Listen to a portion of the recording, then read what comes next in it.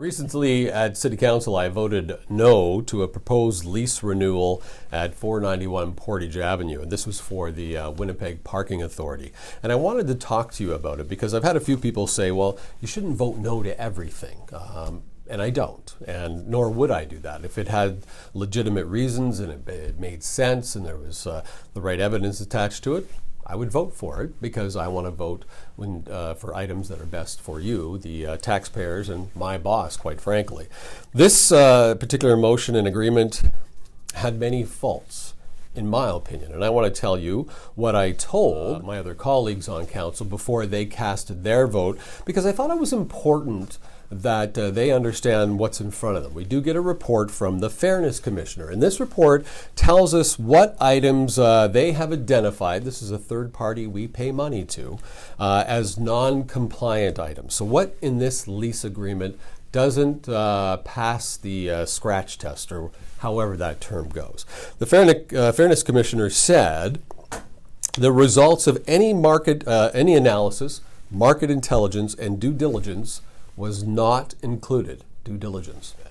Fairness Commissioner also said evidence of a review by a superintendent was not included.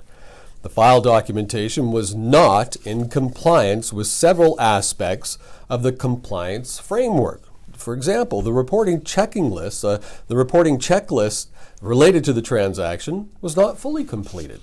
And that's a requirement if you look under Appendix C of the RETMF. The proposed terms and conditions of the transaction does not include an environmental provisions. So we need to clarify, is there an environmental liability during a lease period? Is there one after, or is there not?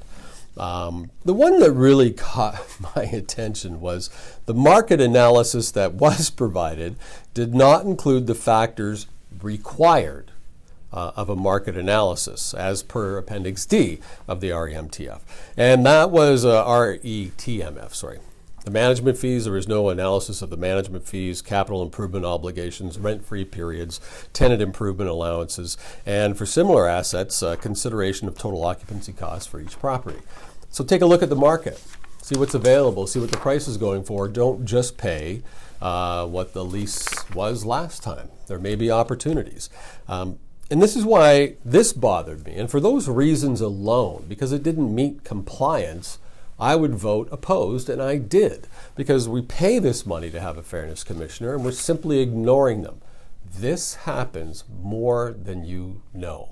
We often will have issues highlighted by the Fairness Commissioner that we simply ignore and pass through City Council. And that's fundamentally wrong. Other issues that I have with this, we have space available. We have a number of empty buildings throughout the city of Winnipeg that could have been used to house the Winnipeg Parking Authority. And we need to think differently. And we need to take away the political spin, and we need politicians to really focus on strong fiscal management and honest information. The space that we have, I'll just use one for example. We always hear a lot about the police headquarters. Well, there's a tower there, it's called the Tower, and it sits empty. But it's costing you $200,000-$300,000 a year just to maintain as empty space. We couldn't reach an agreement with a leasing company, so we decided we'd try it on our own. So it's been sitting empty for what, 6, 7 years? Isn't that an alternative, unoccupied and underutilized cost-saving measure? This building is sitting there. It's ours. So why wouldn't we put our Winnipeg Parking Authority in there? And in fact, there's other alternatives. If you look at that tower that's sitting empty right now, maybe we could put a warming facility there for some of our residents that are in need of help. A cooling facility in the summer. A place that's safe, welcoming, and would offer them the opportunity to get the help that they need to make a turn in their life.